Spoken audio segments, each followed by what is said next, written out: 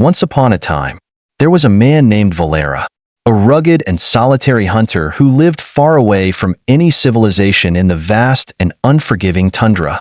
His house, a humble hunting cabin built with his own hands, stood on the edge of the wilderness, miles away from the nearest village. Every day, Valera would venture into the wild, hunting for deer and elk to feed himself and provide pelts to trade. His life was simple, but he had grown accustomed to the harsh conditions, and he found a strange comfort in the solitude. At over 50 years old, Valera had lived a life full of both joy and hardship. The land was unforgiving, but it also offered a kind of freedom he couldn't find elsewhere. While many would find it difficult to live in such isolation, he had become one with nature, learning to survive through the long, brutal winters and the fleeting summers. He was used to spending months at a time without seeing another human soul, relying only on the animals and the resources around him. His days were spent hunting and trapping, gathering supplies, and trading pelts whenever he ventured to the village for salt, matches, and other essentials. He was often alone, with only his faithful dogs for company, but he didn't mind. The quiet in the wilderness suited him. He had no desire for the noise and bustle of the village. The solitude was where he truly felt at home. Despite the harsh environment, Valera had one constant source of irritation: the wolves. While they were not typically considered prey by hunters, they were an ongoing problem for Valera and other local reindeer herders. Wolves would often circle his cabin, howling in the dead of night, sending chills down his spine.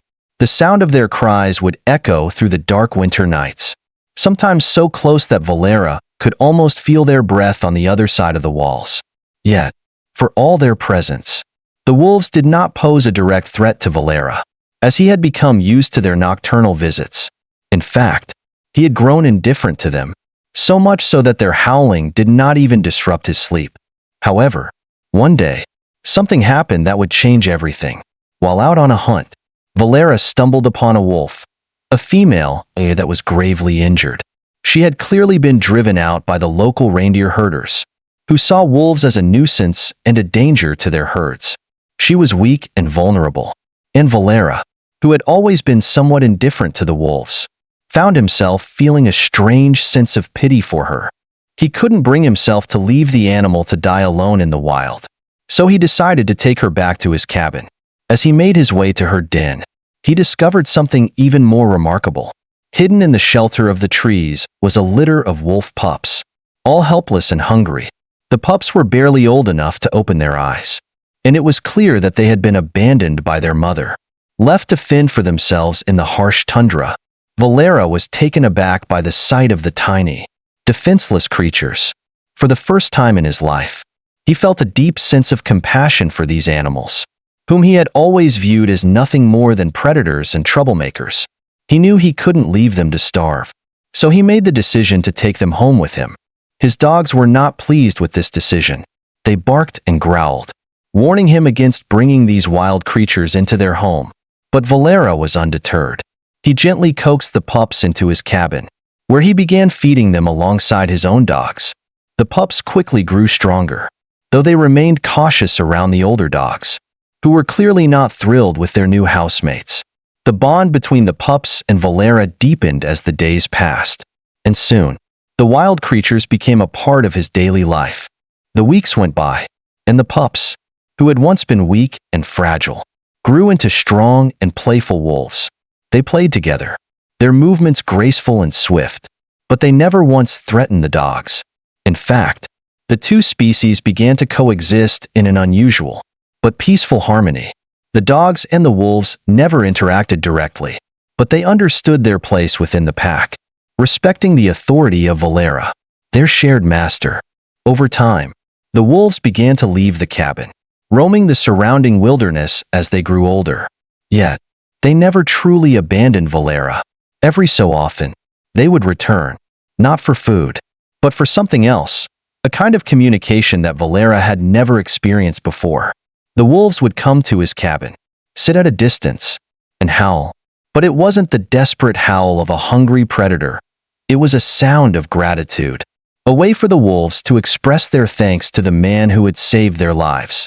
On nights when the air was particularly cold, Valera would hear the long, melodic howls echoing through the stillness. It wasn't a cry of hunger. It was a musical note of remembrance, a way for the wolves to show their appreciation for the kindness he had shown them. And for Valera, that strange, haunting sound filled his heart with a warmth he had never known before. It was a bond, one that transcended the lines between human and animal. As the seasons passed, the wolves came and went, always returning to visit the man who had once saved them. Valera never expected it to become anything more than a fleeting moment in his life. But for him, those moments with the wolves would stay with him forever, reminding him of the strange and unexplainable connections that can exist between creatures, even those who are worlds apart. As the seasons changed, Valera settled into a rhythm with his new companions. The wild wolves that had once been a nuisance to him now felt like part of his family. They weren't just animals to him anymore. They were creatures with a depth of character, a silent understanding between them that transcended words. Though he still spent most of his days alone in the wilderness, with only his faithful dogs to accompany him on hunting trips, the wolves occasionally came to visit, and their visits became more frequent as time went on. The wolves no longer came out of desperation or hunger. Instead, they arrived as if drawn by some unspoken connection, as if they were seeking the company of the man who had shown them kindness when no one else would. At night, on clear, cold evenings, Valera would hear the familiar sound of their howls drifting across the tundra. Sometimes it was just one or two wolves, but other times, an entire pack would come together to howl in the distance.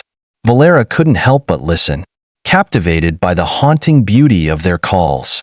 There was something so raw and untainted about the way they communicated, as if the wolves were speaking a language he could almost understand. The wolves never came too close to the cabin. They would always keep their distance, standing just beyond the tree line. Valera never approached them, but he knew they were there, waiting. It was a strange feeling to be so connected to wild creatures. Yet he couldn't help but feel a profound respect for the animals who had returned to him, over and over again. In the village, Valera's strange relationship with the wolves became the subject of much speculation.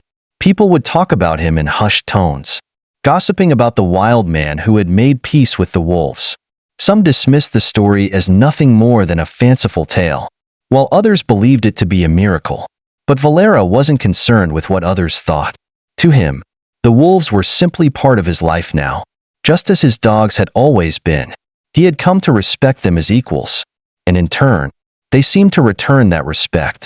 One particularly harsh winter, Valera fell ill. It started with a fever that came on suddenly, leaving him weak and disoriented. At first, he thought it was just a passing cold, something he could fight off with his usual remedies of herbs and homemade medicine. But this illness was different. It was more severe, more persistent. Days passed, and Valera found himself unable to leave the cabin. His strength drained away, and he could barely muster the energy to tend to his dogs, let alone venture out into the cold wilderness to hunt. As the days wore on, Valera's condition worsened. The fever didn't subside, and soon, he was too weak to even get out of bed. His cabin, which had once been a place of refuge, now felt like a prison. He had no way of reaching the village for help, and the idea of walking through the harsh tundra in his state seemed impossible. Valera was truly alone now, more isolated than ever before. He began to accept the reality that he might not survive this illness. Despite his grim situation, he couldn't help but wonder about the wolves. The nights had become colder, and he often heard their distant howls. He would lie in his bed, weak and feverish, and listen to them, almost as if they were calling to him. Valera had come to recognize their voices, and though they never ventured close to the cabin, he always knew when they were near. There was a strange comfort in knowing that they were out there, watching over him from the shadows. One night, as Valera lay in bed, delirious from fever, he heard the sound of howling again, but this time, it was different. It was closer than before, and it seemed more urgent, more intense.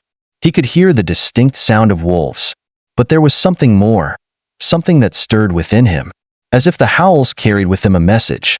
He wasn't sure if it was just the fever playing tricks on his mind, but the howls seemed to be calling him, beckoning him towards something beyond the confines of his cabin. The next morning, Valera woke to find himself feeling weaker than ever. The fever had not broken, and his body ached from head to toe. But despite his condition, something within him urged him to go outside. Perhaps it was the wolves' howls, or perhaps it was the deep sense of connection he had with them. Whatever the reason, Valera found himself stumbling out of the cabin, his body protesting with every step. As he ventured out into the snow, the world around him felt surreal. The sky was a dull gray, and the wind bit at his skin. But Valera pushed forward, driven by something he couldn't quite explain. He had no idea what he was looking for, but his feet led him through the snow, toward the familiar forest where he had often encountered the wolves. The howls grew louder as he walked, and soon, he found himself standing at the edge of the forest, staring into the distance. To his astonishment, there they were, the wolves. They stood in a pack, facing him, as if they had been waiting for him to arrive. Their eyes gleamed in the fading light, and Valera could feel their gaze on him, intense and full of understanding. They didn't approach him, but they didn't retreat either. It was as if they were offering him something, though he wasn't sure what it was. For the first time in his life, he felt as though he was truly seen, not just as a human or a hunter, but as part of something much greater. In the distance, Valera could see something else, something that made his heart race. He saw a trail of fresh blood in the snow, leading deeper into the forest. Without thinking, he followed the trail, his legs heavy and his breath shallow. He had no idea what he would find, but something told him that the wolves were leading him to an answer. As he followed the blood trail, Valera realized that he was no longer afraid. The wolves, once a source of fear and irritation, had become his protectors, his companions in the wilderness. He trusted them now, more than he trusted anything else in the world. The trail led him deeper into the forest, and Valera felt a sense of anticipation building within him.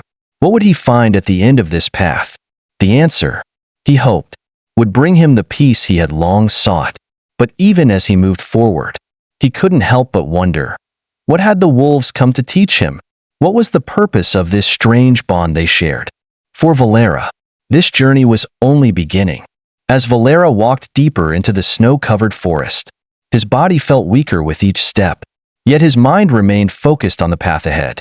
The wolves, with their glowing eyes, continued to watch from a distance, their silent presence a strange source of strength for him. Valera had long grown used to the wilderness, but this felt different.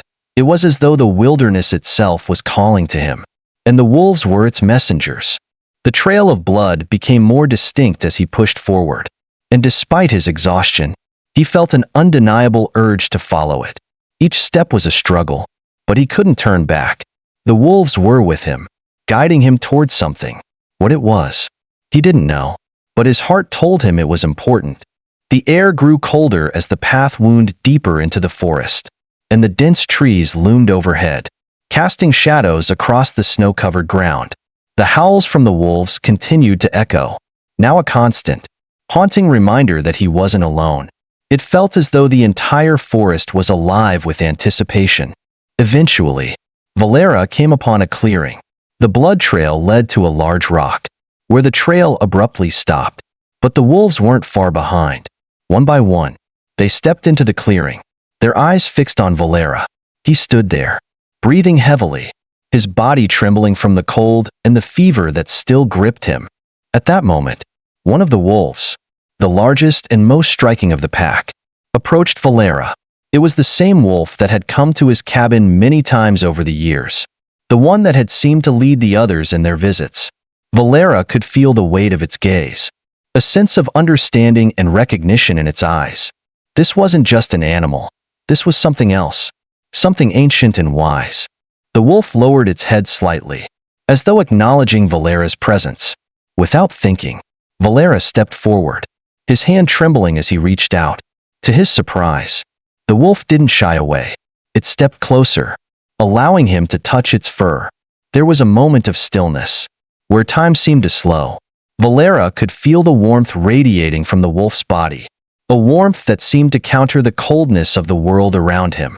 It was as if the wolf was offering him something, not just companionship, but something far greater. As Valera continued to stroke the wolf's fur, he felt a deep sense of peace wash over him. The fever that had plagued him for days seemed to ebb away, and for the first time in what felt like forever, he felt a sense of clarity.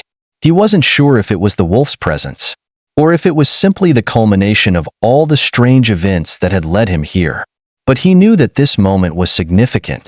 The wolves had come to him not just as wild creatures, but as a reminder of something deeper, something beyond the physical world. Suddenly, Valera felt a pull in his chest, a sensation of both strength and vulnerability. He looked around, and in the distance, he saw something that made his heart race. The snow around him seemed to shimmer, and a figure appeared through the mist. It was a woman, a figure draped in white, glowing faintly in the pale light. She walked toward him with slow, measured steps, and Valera couldn't tear his eyes away from her. She seemed ethereal, almost otherworldly. The wolves stood still, watching the woman as she approached. But Valera felt no fear. Instead, he felt a deep connection, as though this woman was tied to the very essence of the land, and in some way, to the wolves. When she finally reached Valera, she looked into his eyes and smiled gently. "You've come far, Valera," she said softly, her voice a melodic whisper carried by the wind. Valera was stunned. How did she know his name? And who was she? But before he could ask, the woman extended her hand, placing it gently on his chest. The warmth that spread through his body was unlike anything he had ever felt. It wasn't the warmth of the wolves, or even the fire he had built in his cabin. It was a deeper warmth, the kind that came from the earth itself, from the life that pulsed through every living thing. "The wolves have guided you here for a reason," she continued, her voice filled with a quiet certainty. "You are not alone in this world, Valera. The wilderness is alive, and it has chosen to share its wisdom with you." Valera could hardly believe what he was hearing. His whole life had been spent in isolation, hunting and surviving alone in the tundra.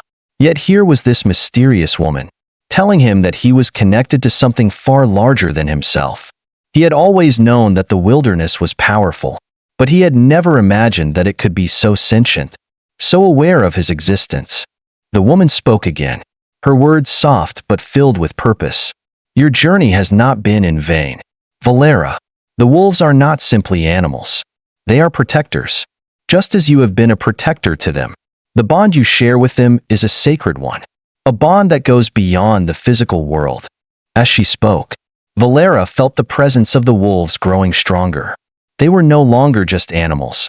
They were something more, something mystical, and he was part of it, part of this ancient and sacred connection.